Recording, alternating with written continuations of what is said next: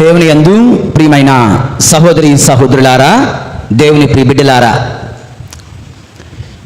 ఈ 15వ సామాన్య ఆదివారపు ఆరాధనలో పాలు పంచుకుంటున్న మనకు ప్రభువైన దేవుడు 3 చక్కని పట్టణముల ద్వారా మనతో మాట్లాడుతూ ఉన్నారు.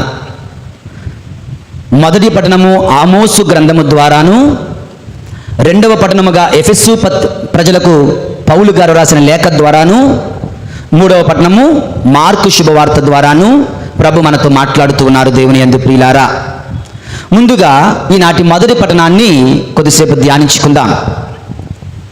మొదటి పట్టణంలో ఆమోసు అనే ఒక దైవ ప్రవక్త, అమస్య అనే ఒక దొంగ ప్రవక్త కథనాన్ని మనం వింటూ ఉన్నాం. ఓకే, ఆమోసు అనే దేవుని ప్రవక్త, అమస్య అనే ఒక దొంగ ప్రవక్త, వీరిద్దరి మధ్యన జరిగిన సంఘటనను ఈరోజు మనందరం ధ్యానిస్తూ ఉన్నాం. దేవుని యందు ప్రియులారా, ఏమిటా సంఘటన? ఆమోసు అమస్య మధ్య జరిగిన సంఘటన తెలియాలంటే దాని హిస్టారికల్ బ్యాక్గ్రౌండ్, దానికి ముందు ఏం జరిగిందో మనకు తెలియాలి. దేవుని వాక్యం, దేవుని యందు ప్రియులారా, అర్థం చేసుకునేటప్పుడు ఎక్కడి నుంచి పడితే అక్కడ ఒక వాక్యం చదివి నేర్చుకుందాం తెలుసుకుందాం అనుకోకూడదు.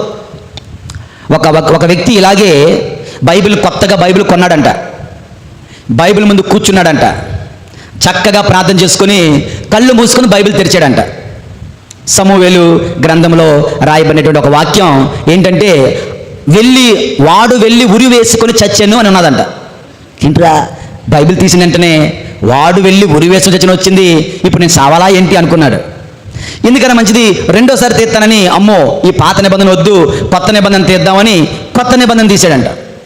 లూకా శుభవార్తలో ఒక వాక్యం, నీవు వెళ్ళి అటులనే చేయము అని వచ్చిందంట. నీవు వెళ్ళంటే ఒక ధనవంతుడు వచ్చి అడుగుతాడు, పరలోక రాజ్యంలో వెళ్ళాలంటే ఏం చేయాలంటే ఇలా చేయాలి అంటారు. ప్రభు అంటారు, నీవు కూడా వెళ్ళి అలాగే చేయి అంటారు.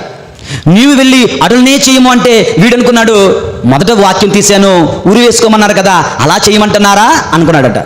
ఓకే, దేవుని యందు ప్రియులారా, అమ్మో మూడోసారి ముచ్చటగా మరొకసారి బైబిల్ తీస్తాను అని మరొకసారి తీస్తే యోధ ఇస్కారియోతు ఉరి వేసుకొని చచ్చినని వచ్చిందట. మళ్ళా దేవుని యందు ప్రియులారా, మనం ఆ విధంగా అర్థం చేసుకోకూడదు. దాని వెనకాతల జరిగిన సంఘటన ఏంటో మనం ఒకసారి చూసినట్లయితే, దేవుని యందు ప్రియులారా, ఆమోసు అనే ప్రవక్త మన మాటలో చెప్పాలి అంటే ఒక రెబల్ స్టార్.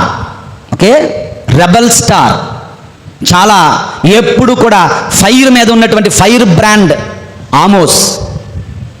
ఆమోసు అంటే భయం అందరికీ. మొట్టమొదటి బైబిల్ మొత్తం మీద మొట్టమొదటిగా రాయబడిన గ్రంథం ఏదైనా ఉంది అంటే అది ఆమోసు గ్రంథమే. లిఖితపూర్వకంగా మొట్టమొదటి రాయబడిందంట, ఆ థియాలజీలో చెప్తుంటారు. ఈ ఆమోసు ఎటువంటి సందర్భంలో పంపించబడ్డాడు అంటే, ఇజ్రాయేలు 2గా విడిపోయింది. ఉత్తర ఇజ్రాయేలు, దక్షిణ Israel, northern Kingdom, southern Kingdom. ఈ ఉత్తరములో ఉన్నటువంటి ఇజ్రాయేలు రాజ్యంలో రాజుగా జెరోబాము అనేవాడు ఉండేవాడు, జెరోబాము 2. ఈయన రాజ్యంలో ఎక్కువగా అన్యాయాలు జరుగుతూ ఉండేవి, విగ్రహారాధనలు ఎక్కువగా జరుగుతూ ఉండేవి, అన్యాయాలు మోసాలు ఎక్కువగా జరుగుతూ ఉండేవి. తప్పుడు తూకములతో ధనవంతులు మరింత ధనవంతులుగా, పేదవాళ్ళు మరింత పేదవాళ్ళుగా అవుతూ ఉండేవారు.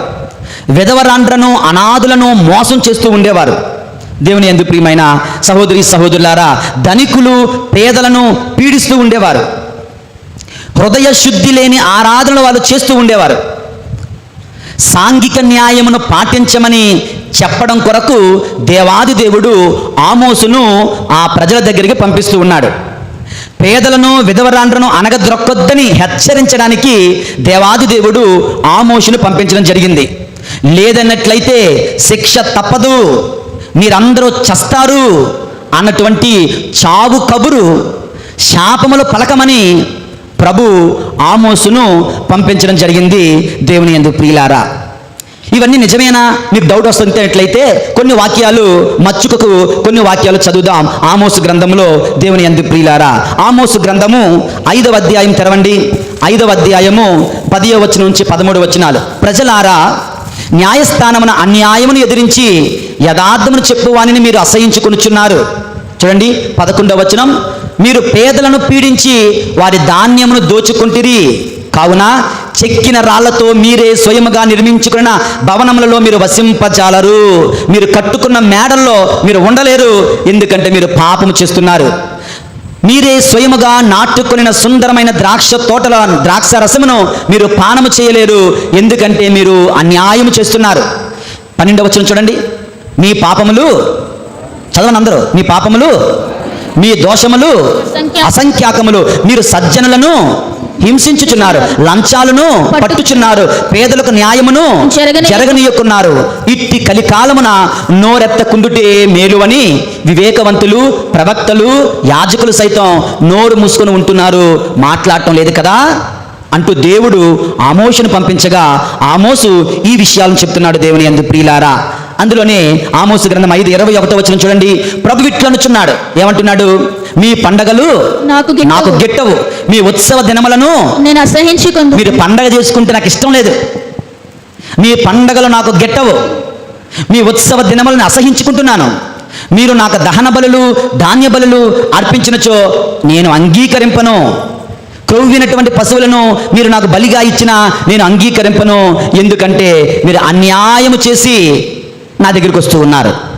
మీ పాపమే నాకు కనిపిస్తూ ఉంది, మీరు చేసిన దాన ధర్మాలు ఇవేమి నాకు కనిపించడం లేదని ప్రభు అంటున్నారు. దేవుని యందు ప్రియులారా, ఆమోసు గ్రంథము 6వ అధ్యాయము 1వ వచనం చూడండి, సియోనున సుఖజీవనము గడిపే వారికి, సమరయ యందు సురక్షితంగా ఉన్నాం అనుకున్న వారికి, ఇశ్రాయేలు మహాజాతిలో ప్రముఖులు అనబడే వారికి, ఇశ్రాయేలు ఆలోచన మెప్పించే వారికి అనర్థము తప్పదు.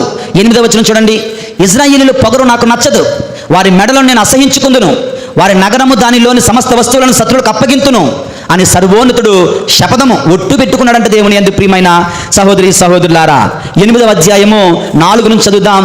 దీనుల తల మీద కాలు మోపుచూ ఉన్నారు, పేదలను నాశనం చేయు వారులారా మీరు వినండి. అమావాస్య ఎప్పుడు ముగుస్తుందా? మనం ఎప్పుడు ధాన్యం అమ్ముకుంటామా? విశ్రాంతి దినం ఎప్పుడు దాటిపోతుందా? మనం మరలా ఎప్పుడు గోధుమలను అమ్ముకుంటామా? అప్పుడు మనం కొలమానములు తగ్గించవచ్చును, తూకములు హెచ్చించవచ్చును, దొంగ త్రాసులతో జనములను మోసము చేయవచ్చును.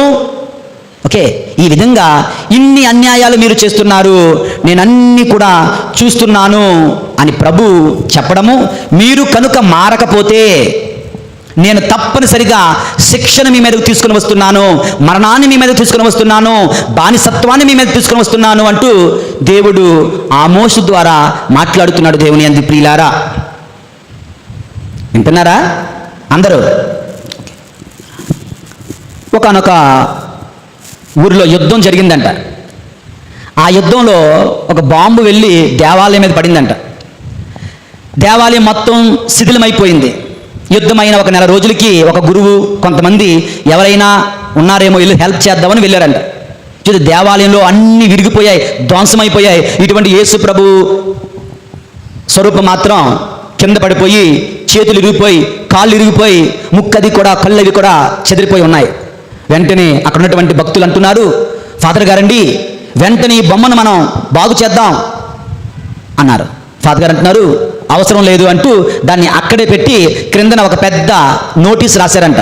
ఏమనంటే, నాకు కళ్ళు లేవు, నీ కళ్ళు నాకు ఇస్తావా? ఇప్పుడు నాకు చెవులు లేవు, నీ చెవులు నాకు ఇస్తావా? ఇప్పుడు నాకు నోరు లేదు, నీ నోరు నాకు ఇస్తావా? నా మాట నువ్వు పలుకుతావా? నాకు ఇప్పుడు చేతులు లేవు, ఇప్పుడు నీ చేతులతో పేదలకు సహాయం చేస్తావా? నాకు ఇప్పుడు కాళ్ళు లేవు, పేదలను దర్శించడానికి నాకు బదులుగా నువ్వు వెళ్తావా అని రాసి ఫాదర్ గారు అక్కడి నుంచి వెళ్ళిపోయాడు. దేవుని యందు ప్రియులారా, దేవుడు డైరెక్ట్గా నీతో మాట్లాడడానికి ఆయనకి ఇప్పుడు గొంతు లేదు. ఆయన గొంతు గురువులే, ఆయన గొంతు యాజకులే, ఆయన గొంతు ఆ ప్రభుని సేవకులే. ఇది కేవలము గురువు నీతో మాట్లాడడం లేదు, ప్రభువే మీతో మాట్లాడుతున్నాడు.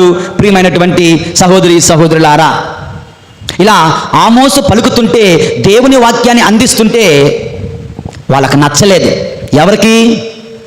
ఆ రాజుకి నచ్చలేదు, రాజ్యంలో ఉన్న ధనవంతులకు నచ్చడం లేదు, అధికులకు నచ్చడం లేదు, సంపన్నులకు నచ్చడం లేదు, దొంగ యాజకులకు, దొంగ ప్రవక్తకులకు నచ్చడం లేదు. ఈ ఆమోసు మాటలు వాళ్ళ హృదయాలను కలచివేస్తుంది. దేవుని యందు ప్రియులారా, ఆమోసు ఈ విధముగా ప్రసంగించడం, బోధించడం వారికి అస్సలు నచ్చడం లేదు.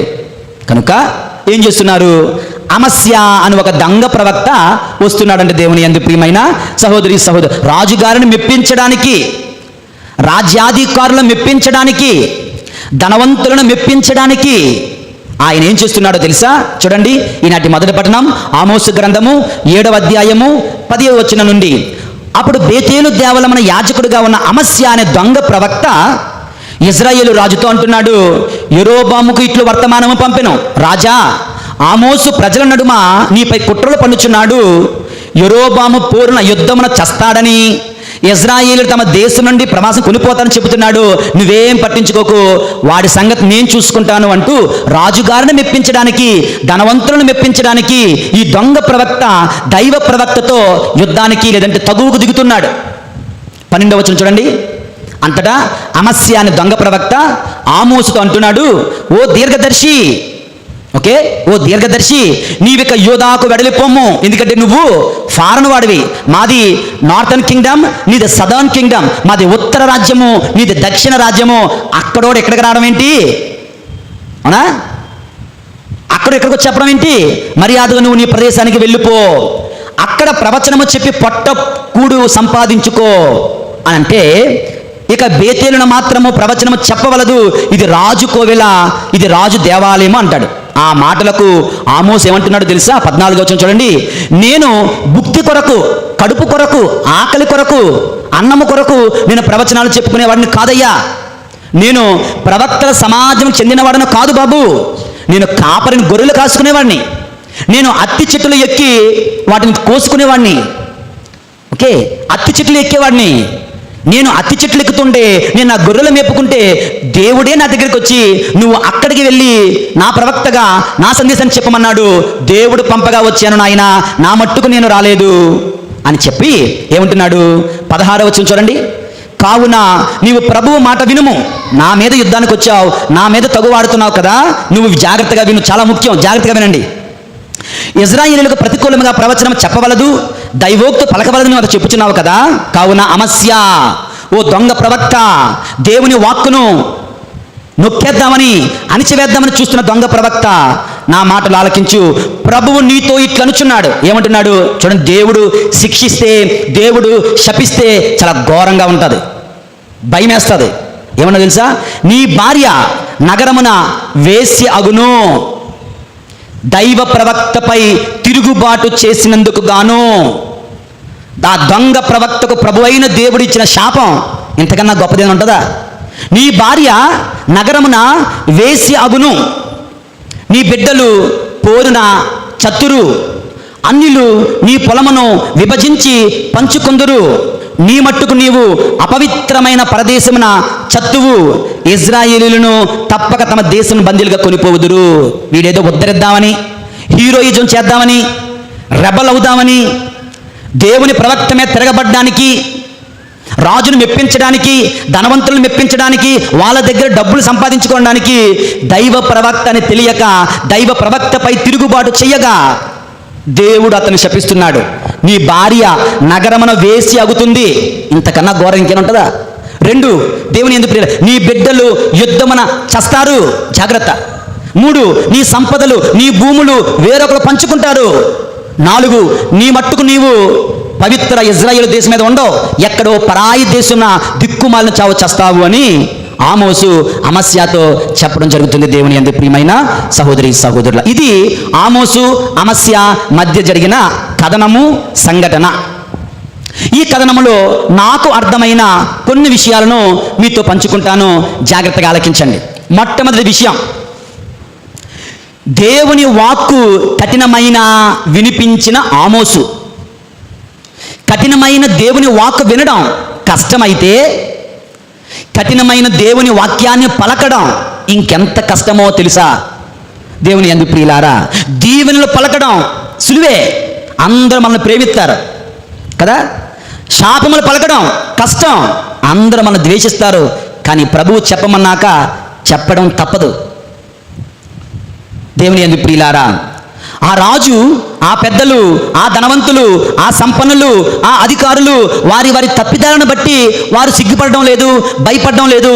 ఎవరో వచ్చి, ఆమోసు లాంటి వాడు వచ్చి, మీరు తప్పు చేస్తున్నారయ్యా, మీరు పేదలను హింసిస్తున్నారు, మీ పనులు మీరు మానుకోండి, లేదంటే దేవుని శిక్ష మీ మీదకి వస్తుంది అంటే వాళ్ళకి మనకు తెలియ సామెత ఉంటుంది కదా, ఏంటని? మొగుడు కొట్టాడని నొప్పి లేదు, పక్కింటి ఆవిడ చూసి నవ్విందని ఏడుపు వచ్చిందట. మొగుడు కొట్టాడని నొప్పి లేదు, పక్కింటి ఆవిడ చూసి నవ్వింది, అందుకని బాధ వచ్చేసింది. మనం తప్పు చేశామన్న భయము, బాధ ఉండదు మనకి. మనల్ని ఎవడైనా వేలెత్తి చూపితే, మనల్ని ఎవడైనా తప్పులు చేస్తున్నాం అంటే అప్పుడు మనకి ఈ కోపం, ఈ యొక్క ఉక్రోషం, ఈ పగ, ఈ యొక్క ఫీలింగ్స్ మనలో మొదలవుతూ ఉన్నాయి. దేవుని యందు ప్రియమైనటువంటి సహోదరి సహోదరులారా, ఆ మాటలు వినడం వాళ్ళకి కష్టంగా ఉంది. మన జీవితాలలో కూడా దేవుని సన్నిధికి వచ్చినప్పుడు, దేవుని వాక్యం చదివేటప్పుడు, దేవుని వాక్యాన్ని వినేటప్పుడు, దేవుని వాక్యం ప్రసంగించేటప్పుడు ఇటువంటి మాటలు మనం వింటుంటే మనకు గుచ్చుకుంటూ ఉంటాయి, అది మనకు బాధను కలిగిస్తూ ఉంటాయి. మనందరూ వచ్చినప్పుడు ఓరి సర్ప సంతానమా అన్నాం అనుకోండి, అమ్మ నన్నే అంటారు ఫాదర్ గారు. నిద్రపోతున్న వారు లెండి అన్నాం అనుకోండి, దేవుని వాక్యం చెబుతుండగా ఇక్కడ నిద్రపోతుండే ఎవడన్నా ఉన్నట్లేదే, నన్నే అన్నారా ఫాదర్, నన్ను చూసేశారా బాబు అంటే మనల్ని మనం అందులో ఊహించుకుంటాం. ఆ క్యారెక్టర్లో, ఆ మాటల్లో. నా జీవితంలో కూడా ఎక్స్పీరియన్స్ ఉంది దేవుని యందు ప్రియులారా.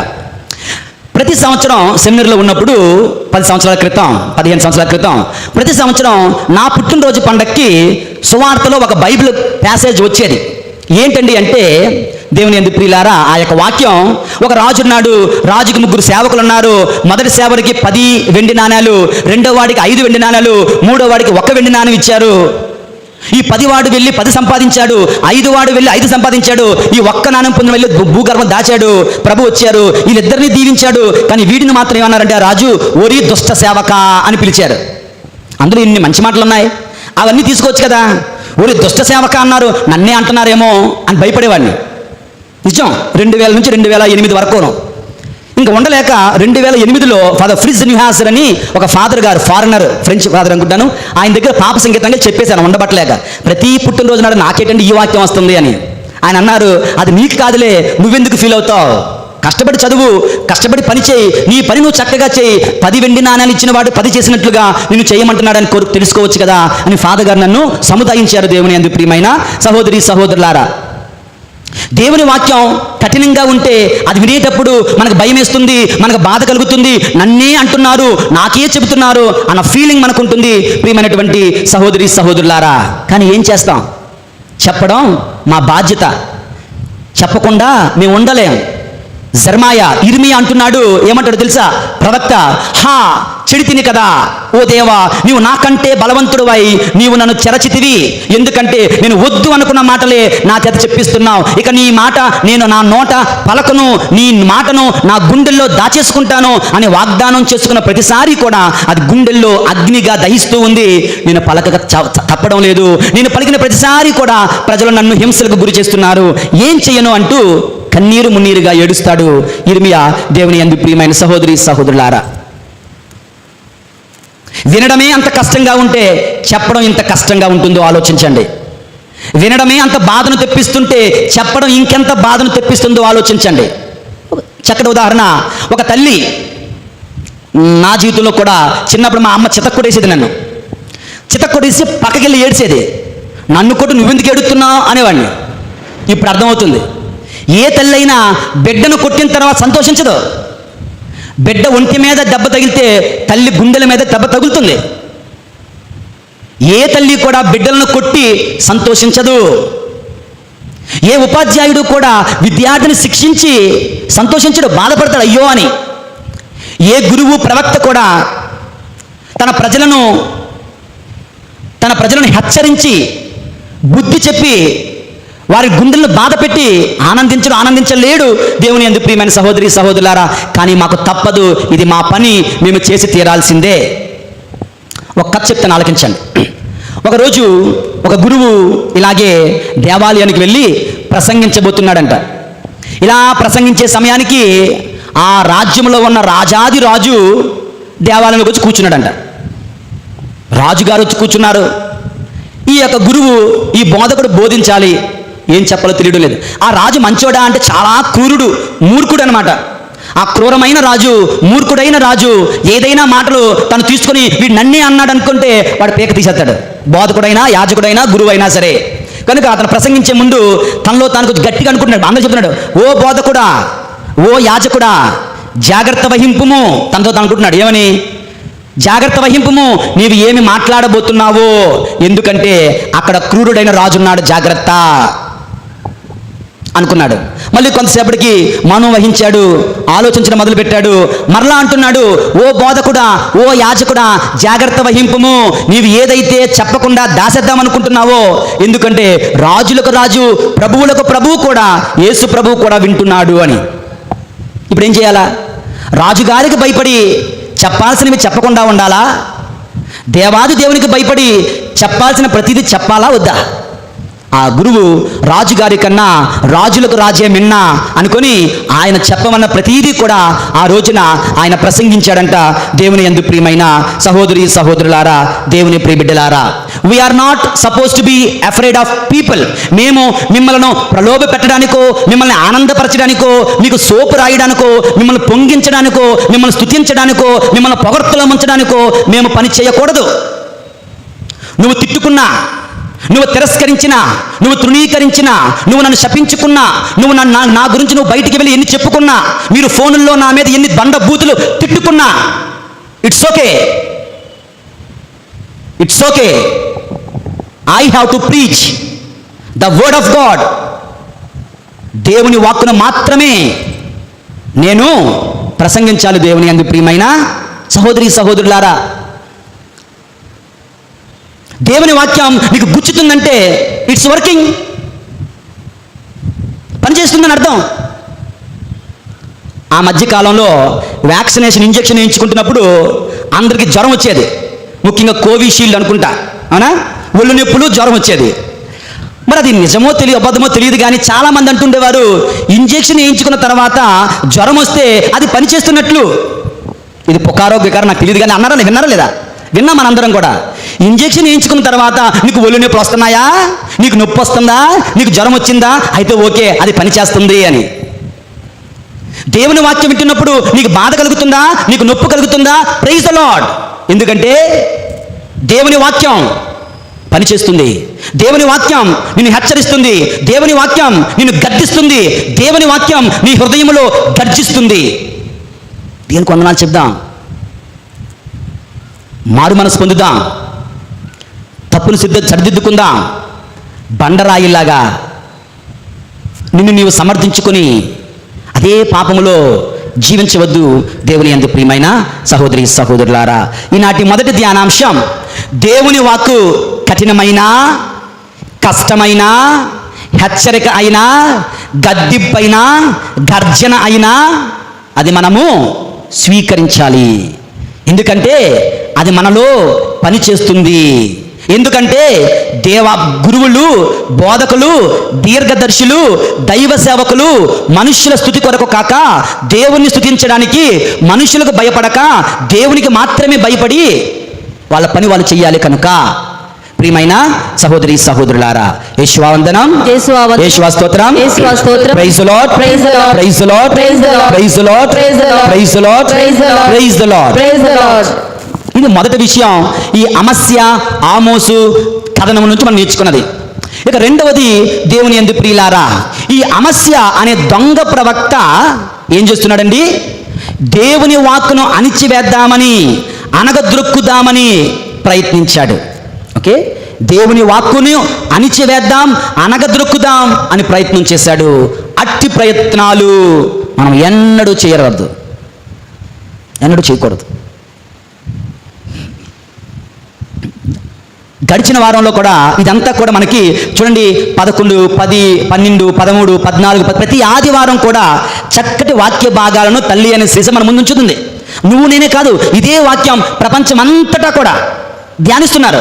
ఒక యూట్యూబ్లోకి వెళ్ళి 15వ సామాన్య ఆదివారం కొట్టండి, ఆల్మోస్ట్ ప్రతి గురువు కూడా ఇటువంటి బోధనలే వాళ్ళ విచారంలో వాళ్ళ సంఘాలకు వాళ్ళ ప్రజలు బోధిస్తున్నారు. ఇదేదో మనోజ్ ఫాదర్ మీకోసం తీసుకొచ్చిన వాక్యం కాదు ఇది. ఇంకా నేను చాలా నెమ్మదిగా, చాలా చక్కగా చాలా బుజ్జిగా చెప్తున్నానేమో, కొంత ఇంకా గట్టిగా చెప్తారు. నేను అంత గట్టిగా చెప్పలేనేమో. దేవుని యందు ప్రియమైన సహోదరి సహోదరులారా, ఈ మధ్యనే ఒక జోక్ ఎక్కడో విన్నాను, చదివాను. ఒక ఆయన వ్యాక్సిన్ వేయించుకోవడానికి వెళ్ళాడట. వెళ్ళి ఇంటికి వచ్చాడట. వాళ్ళ ఆవిడ అడిగిందంట, ఏమండి వ్యాక్సిన్ వేయించుకున్నారా? వేయించుకున్నాను. మరి సూది గుచ్చారు కదా, నొప్పి వస్తుందా అని అడిగిందంట. ఏం లేదు, పెద్ద నొప్పి ఏం లేదులే అన్నదట. అప్పుడు పట్టుకుందంట, నాకు తెలుసు పరాయి ఆడవాళ్ళు పెద్ద సూదికిచ్చినా నీకు నొప్పి పెట్టదు, అదే కట్టుకున్న పెళ్ళాం భార్య ఇంత మాట అంటే అంత రాద్ధాంతం చేస్తారన్నదట. ఓకే, ఇక్కడ వచ్చి వేరే గురువు ఎన్ని మాట్లాడినా పర్వాలేదు అనుకుని వెళ్ళిపోతాం. అదే గురువు ఒక మాట అంటే చూడు ఎంత మాట అనేసారో అనుకుంటామా లేదా? దేవుని యందు ప్రియమైన సహోదరి సహోదరులారా, దేవుని వాక్కును అనగద్రొక్క నుంచి అమస్య జీవితం చాలా ఘోరంగా మారింది. అలా మనం చేయకూడదు. ఎందుకు? దేవుని వాక్యం ఎటువంటిదో ఒక 3 వాక్యాలు చూద్దాం. పౌలు గారు తిమోతికి రాసిన 2వ లేఖ 3వ అధ్యాయం 16వ వచనం చదువుదాం. పౌలు గారు తిమోతికి రాసిన 2వ లేఖ 3వ అధ్యాయం 16వ వచనం. మరొకరు హెబ్రీయులకు రాయబడిన లేఖ 4వ అధ్యాయం 12వ వచనం. మరొకరు ఉపదేశకుడు 1:9వ వచనం. పౌలు గారు తిమోతికి రాసిన 2వ లేఖ 3వ అధ్యాయం 16వ వచనం ఎవరైనా చదవండి. కారణమేమనగా పవిత్ర గ్రంథమంతయు పరిశుద్ధ గ్రంథమంతయు దైవ ప్రేరణ వల్లనే, అందరూ కూడా మనసులో చెప్పండి, అందరూ కూడా దైవ ప్రేరణ వల్లనే జరిగి బోధించుటకు, సత్యమును బోధించుటకు నెంబర్ 1. నెంబర్ 2 దోషమును ఖండించుటకు, నెంబర్ 2. నెంబర్ 3 తప్పులు సరిదిద్దుటకు నెంబర్ 3. నెంబర్ 4 నీతి యందు నడిపించుటకును. దేవుని వాక్యము, దేవుని యందు ప్రియులారా, సత్యాన్ని బోధించడం కోసం, దోషాలను ఖండించడం కోసం, తప్పులను సరిదిద్దడం కోసం, నీతి యందు మనల్ని నడిపించడం కోసం ఉపయోగపడుతుంది. కనుక ఖండించడము, బోధించడము, సరిదిద్దడము కష్టమైనవే. అయినా వాటిని మనం స్వీకరించలే కానీ వాటిని అనగద్రొక్కడానికి చూడకూడదు. 2వది హెబ్రీయుల పత్రిక 4వ అధ్యాయం 12వ వచనం. హెబ్రీయులకు రాయబడిన లేఖ 4:12 దేవుని వాక్యము సజీవమును చైతన్యవంతమైనది, అది కత్తి 2 అంచుల కంటే, అది 2 అంచుల ఖడ్గము కంటెను పదునైనది, జీవాత్మల సంయోగ స్థానము వరకును, కీళ్ళు మధ్య వరకును అది ఛేదించుకొని పోవును. దేవుని యందు ప్రియులారా, దేవుని వాక్కు 2 అంచుల ఖడ్గము వంటిది. అది కోస్తుంది, అది నిన్ను కోస్తుంది, నన్ను కోస్తుంది. దేవుని యందు ప్రియులారా, కనుక ఇటువంటి 2 అంచుల ఖడ్గము లాంటి కత్తి వాదర కన్నా పదునైన దేవుని వాక్యాన్ని మనం అనగద్రొక్కడానికి, అణిచివేయడానికి మనం చూడకూడదు. దేవుని యందు ప్రియులారా, ఉపదేశకుడు 1:9లో ఒక మంచి వాక్యం ఉంటుంది చూడండి. ఉపదేశకుడు 1:9 పూర్వము జరిగిన కార్యములే ఇప్పుడు జరుగుచున్నవి, నరులు భూలోకమున చేసిన పనులలో మరలా చేయుచున్నారు. లోకమున క్రొత్తది ఏమి? సూర్యుడి కింద కొత్తదంటే ఏమీ లేదంట. ఎలాగో చెప్పనా? అమస్య కథనము, ఆమోస కథనములో ఆమోసు దైవ ప్రవక్తగా ప్రబోధిస్తుంటే అమస్య దానిని నొక్కివేయడానికి చూశాడు. దొంగ ప్రవక్తలు, ధనవంతులు, బలవంతులు, సంపన్నులు, రాజులు ఎప్పటికప్పుడు దేవుని వాక్యాన్ని అనగద్రొక్కడానికి చూస్తున్నారు. క్రీస్తు పూర్వం 700 సంవత్సరాల క్రితం సంఘటన ఇది. నెక్స్ట్, క్రీస్తు సమయంలో యేసు ప్రభు ప్రబోధిస్తుంటే పరిసయ్యులు, సద్దూకయ్యులు, ధర్మశాస్త్ర బోధకులు, అర్చకులు కూడా యేసు ప్రభువుని అలా మాట్లాడొద్దు అంటూ ప్రభుని మీద గుర్రుగా ఉండేవారు. అప్పుడు జరిగిందే యేసు ప్రభు కాలంలో జరిగింది. యేసు ప్రభు కాలంలో జరిగిందే అపోస్తుల కాలంలో జరిగింది. ఇదిగో యోహానును, పేతురును యేసు నామంలో బోధించొద్దు అని ఆజ్ఞాపించి కొరడాలతో కొట్టించారు, చెరసాలలో వేయించారు, తలలు నరికారు, సిలువలు వేశారు, బల్లాలతో పొడిచారు. దేవుని యందు ప్రియులారా, దేవుని వాక్కును అణిచివేద్దామని చూశారు అపోస్తుల కాలం. ప్రస్తుత కాలంలో కూడా, ఇప్పుడు కూడా చూడండి. గడిచిన వారమంతా ఫాదర్ స్టాన్ స్వామి, క్యాథలిక్ ప్రీస్ట్, 84 సంవత్సరాల వృద్ధుడు, గొప్ప చదువులు ఇతర దేశాల్లో చదువుకున్నాడు. బెంగళూరులో పెద్ద యూనివర్సిటీకి డైరెక్టర్గా పనిచేశాడు. కానీ ఆదివాసులు భూములను ప్రభుత్వాలు, ధనవంతులు లాక్కుంటుంటే ఆదిమవాసుల యొక్క భూముల యొక్క హక్కులను కాపాడడం కోసం వాళ్ళ తరపున ఆయన స్ట్రైకులు చేశాడు, బందోబస్తులు చేశాడు, వాళ్ళ తరపున పోరాటం చేస్తే ఏమైంది? అతని మీద దొంగ కేసులు బనాయించారు ప్రభుత్వాలు, ముఖ్యంగా గవర్నమెంట్, బీజేపీ గవర్నమెంట్. నక్సలైట్లతో సంబంధం ఉన్నదని చెప్పారు. పోయిన అక్టోబర్లో అరెస్ట్ చేశారు. అప్పటి నుంచి కేథలిక్ గురువులందరూ కూడా అతనికి బెయిల్ ఇమ్మని ఇస్తుంటే బెయిల్ ఇవ్వలేదు. పచ్చి బూతులు మాట్లాడే వాళ్ళకి బెయిల్ ఇస్తున్నారు. లక్షల కోట్ల రూపాయలు దోచుకునే వాళ్ళకి బెయిల్ దొరుకుతుంది. ఆదిమ వాసుల కొరకు, అనగారిన జన్మ కొరకు పోరాడుతున్నటువంటి ఒక మునీశ్వరుడు, ఒక గురువు బెయిల్ అడిగితే ఇవ్వలేదు. ఆయన కరోనా వచ్చింది, కరోనా నుంచి కోలుకున్నాడు. నాకు అనారోగ్యంగా ఉంది, నాకు బెయిల్ ఇవ్వండి అని 84 సంవత్సరాల వృద్ధుడైన కథోలిక గురువు ఎంత వాపోయినా గవర్నమెంటు, సుప్రీంకోర్టు, హైకోర్టులు ఇవ్వలేదు, బెయిల్ ఇవ్వలేదు. ఆయన ఆసుపత్రిలోనే కారాగారంలో ఉంటూ ఆసుపత్రిలో మరణించాడు. దేవుని యందు ప్రియులారా, ఈ వారమంతా ఫాదర్ స్టాన్ స్వామి కోసం మౌన పోరాటాలు కథోలిక గురువులందరూ, కథోలిక సంఘాలు చేస్తున్నాయి. ఇదొక ప్రభుత్వం కుట్రతో కూడిన హత్య అని పలుకుతున్నారు. దేవుని యందు ప్రియులారా, ఆయన నోరు నొక్కివేయడానికి ప్రభుత్వం ప్రయత్నించింది. అప్పుడేం జరిగిందో, అమాస్య ఏం చేశాడో, పరిసయ్యులు ఏం చేశారో, రోమీయులు ఏం చేశారో ప్రస్తుత ప్రభుత్వాలు అవే చేస్తున్నాయి.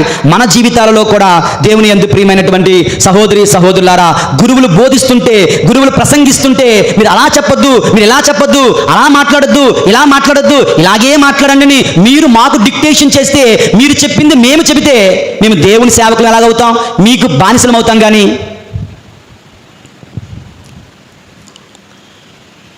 నాలాంటి గురువు ఒకడు వ్యభిచారం కొరకు, అబద్ధాల కొరకు, త్రాగుబోతనం కొరకు, పాపము కొరకు ప్రసంగిస్తుంటే పూజ అయిపోయిన తర్వాత ఒక పెద్ద మనిషి కిందకు వచ్చాడంట. ఫాదర్ గారండి, చెప్పయ్యా, మీరు ప్రసంగం చెప్తుంటే నాకు భయంగా ఉంది, బాధగా ఉంది, అస్సలు నచ్చడం లేదు. ఎందుకని? మీరు ఎప్పుడు పాపం పాపం పాపం అంటారేంటి? అందులోనూ ఎక్కువ ఆయా పాపాల కోసం మాట్లాడతారేంటి? మా గుండె జల్లుమంటుంది, భయం వేస్తుంది. అలా చెప్పొద్దు. పాపమన్న మాటని, వ్యభిచారమన్న మాటని, త్రాగుబోతున్న మాటని మాకు తీసేసి మీరు ఏమన్నా మాట్లాడండి, మాకు ప్రాబ్లం లేదన్నాడట. సరే నువ్వేం చేస్తుంటావు అని అడిగాడట. నేనా మందుల షాప్ ఉన్నదండి అన్నాడట. పురుగుల మందులు అమ్ముతాను. సరే అయితే పద నీ ఇంటికి వస్తానని చెప్పి ఫాదర్ గారు ఆ ఇంటికి వెళ్ళారంట, వాళ్ళ షాప్కి వెళ్ళారంట. అందు మీద పురుగుల మందు అని రాసింది, పెస్టిసైడ్స్. దాని మీద ఆ పేపర్ చింపేసి అమృతం అని రాసి అక్కడ పెట్టాడు ఫాదర్ గారు. అదేంటండి, అది పురుగుల మందు, అమృతం అని రాస్తే ఎవడన్నా తాగితే చస్తాడు కదా. పురుగుల మందుని పురుగుల మందే అని పిలవాలి, అమృతం అని పిలవకూడదు. అలా పిలిస్తే చస్తారు. పాపాన్ని పాపమనే పిలవాలి. పాపాన్ని మెత్తగా చెప్పడం ఏంటి? పాపాన్ని శుతిమెత్తగా చెప్పడం ఏంటి? పాపాన్ని పాపమని ఖండించాల్సిందే. అప్పుడే ప్రజలు రక్షింపబడతారు. పాపాన్ని శుతిమెత్తగా చెప్పడానికి ప్రయత్నించామనుకో, పాపంలో మరింతగా వాళ్ళు మునుగుతారయ్యా. అది నా వల్ల కాదు, ఇది నీ వృత్తి ధర్మం, అది నా వృత్తి ధర్మం, అధర్మం. నీవెలాగైతే విషాన్ని విషమని పిలుస్తున్నావో, పురుగుల మందుని పిలుస్తున్నావో, నేను సైతం పాపాన్ని పాపమనే పిలుస్తాను, పిలవాలి అని చెప్పి అక్కడి నుంచి వెళ్ళిపోయాడు. దేవుని యందు ప్రియమైన సహోదరి సహోదరులారా, ఈ రోజుల్లో ఏం జరుగుతుందంటే సంఘాలు ఎక్కువగా దైవ సేవకులను, గురువులను వాళ్ళ గుప్పిట్లో పెట్టుకోవడానికి చూస్తుంటారు. కొంతమంది డబ్బును ప్రలోభపరిచి, డబ్బును ఆశిస్తారు. ఇదిగో నాకు నచ్చినట్టు చెబితే నువ్వు ఎంత అడిగితే అంత ఇస్తా, నాకు నచ్చినట్టు మాట్లాడేవా నేను డబ్బులు ఇవ్వను. It's okay. డబ్బుల కోసం గురువులు తమ జీవితాలను అమ్ముకోకూడదు. దేవుని యందు ప్రియులారా, కొంతమంది భయపెడతారు. భయపెట్టడం, హెచ్చరించడం, వార్నింగ్లు ఇవ్వడం. It's okay. మా శరీరాన్ని మాత్రమే మీరు హాని చేయగలరు, మా ఆత్మను మీరు ముట్టుకోలేరు. కనుక అటువంటి వాళ్ళకు కూడా మేము భయపడాం. కొంతమంది గుంపు లేదా మూక జనాన్ని పోగేసుకొని ఒత్తిడి తేడానికి ప్రయత్నిస్తారు. దేవుని యందు ప్రియులారా, అది కూడా జరగదు, అది కూడా పనిచేయదు. ప్రియమైన సహోదరి సహోదరులారా, డబ్బు ప్రలోభాలను బట్టి కానీ, భయపెట్టడం కానీ, ఒత్తిడి తేవడం కానీ చేసి గురువులను గుప్పిట్లో పెట్టుకొని వారి నోటిని బంధిద్దామని, దేవుని వాక్యాన్ని అణిచివేద్దామని మనము ప్రయత్నించరాదు. అలా చేసినట్లయితే అమస్య సంగతి ఏమైందో, నీ భార్య నగరమున వేశ్యగా మారుతుంది, నీ బిడ్డలు పోరున యుద్ధంలో చస్తారు, నీ ఆస్తిపాస్తులు నువ్వు ఎంజాయ్ చేయలేవు, వేరొకరు పంచుకుంటారు, నీ మట్టుకు నీ ప్రాణాలు ఇతర రాజ్యంలో, అన్యుల ఎండ్లలో, అన్యుల ప్రదేశంలో చస్తావు అని ప్రభు శపించినట్లుగా అటువంటి శాపాలకు మనము పాత్రులమవుతాం. దేవుని స్వరాన్ని నొక్కి పెట్టడానికి ప్రయత్నం చేస్తే, దేవుని సేవకు అడ్డుపడితే అన్నటువంటి అంశము ఈనాటి మొదటి పట్టణము సువిశేష పట్టణం ద్వారా తెలుస్తుంది. దేవుని యందు ప్రియమైన సహోదరి సహోదరులారా, మార్కు శుభవార్త 6వ అధ్యాయము 10-11 వచనాలు చూడండి. ఈనాటి సువిశేష పట్టణం ద్వారా ప్రభు మనతో ఏం మాట్లాడుతున్నారో ఆలకించుదాం. ప్రభు అంటున్నారు, మీరు ఎచ్చట అయితే ఉంటారో ఆ ఎంట మీరు పాదము మోపుతారో అక్కడే ఉండండి. అయితే ఎవరు మిమ్ము ఆహ్వానింపరో, ఎవరు మీ బోధ ఆలకింపరో వారి తిరస్కార సూచకముగా మీ కాలి దుమ్మును అచటనే విదిలించి అక్కడి నుంచి వెళ్ళిపోండి. వాళ్ళ సంగతి న్యాయ నిర్ణయం జరిగే సమయంలో నేను చూసుకుంటాను అని ప్రభు అంటున్నారు. దేవుని యందు ప్రియులారా, యేసు ప్రభు పోయిన వారం మనం ధ్యానం చేశాం. నజరేతులోకి వెళ్ళారు. వాళ్ళు ఆదరించారమ్మా? చెప్పండి, అందరూ ఆదరించారా? నజరేతు వాసులు యేసు ప్రభుని ఆదరించలే. అప్పుడు ప్రభు ఏం చేశాడు? తన సువార్త పనికి ఫుల్ స్టాప్ పెట్టేశాడా? నువ్వు ఆదరించకపోతే ఇంకొక పట్టణానికి వెళ్తాను, నువ్వు నన్ను ఆపితే నేను 12 మందిని పంపిస్తాను, ఈ 12 మందిని ఆపితే 72 మందిని పంపిస్తాను, 72 మందిని ఆపితే 300 మందిని పంపిస్తాను. దేవుని పని మాత్రం ఆగదు.